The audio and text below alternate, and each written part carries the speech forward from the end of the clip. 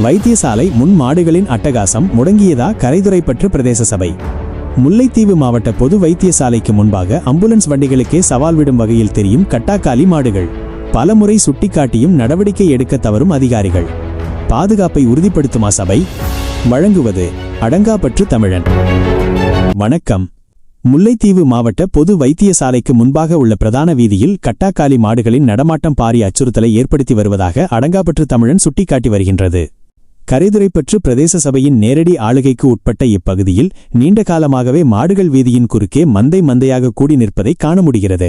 குறிப்பாக அவசர சிகிச்சைகளுக்காக வரும் அம்புலன்ஸ் வண்டிகள் மற்றும் நோயாளிகளை ஏற்றி வரும் வாகனங்கள் தடையின்றி செல்வதற்கு இந்த மாடுகள் பெரும் இடையூறாக அமைந்துள்ளன. இதுகுறித்து பல தடவைகள் சுட்டிக்காட்டப்பட்டும் கரைதுறைப்பற்று பிரதேச சபை இதனை தடுத்து நிறுத்தவோ அல்லது மாடுகளின் உரிமையாளர்களுக்கு எதிராக சட்ட நடவடிக்கை எடுக்கவோ தவறி வருகின்றது. வைத்தியசாலை போன்ற ஒரு மிக முக்கியமான பொது இடத்தில் நிலவும் இந்த அவலநிலை குறித்து சம்பந்தப்பட்ட அதிகாரிகள் உடனடியாக கவனம் செலுத்தி பொதுமக்களின் பாதுகாப்பை உறுதிப்படுத்த வேண்டுமென அடங்காப்பற்று தமிழன் சார்பாக வலியுறுத்தப்படுகிறது. தொடர்ந்தும் இவ்வாறான மக்கள் பிரச்சினைகளை வெளிக்கொண்டு வரும் உங்கள் அடங்காப்பற்று தமிழன் செய்திகளுக்காக இணைந்திருங்கள்.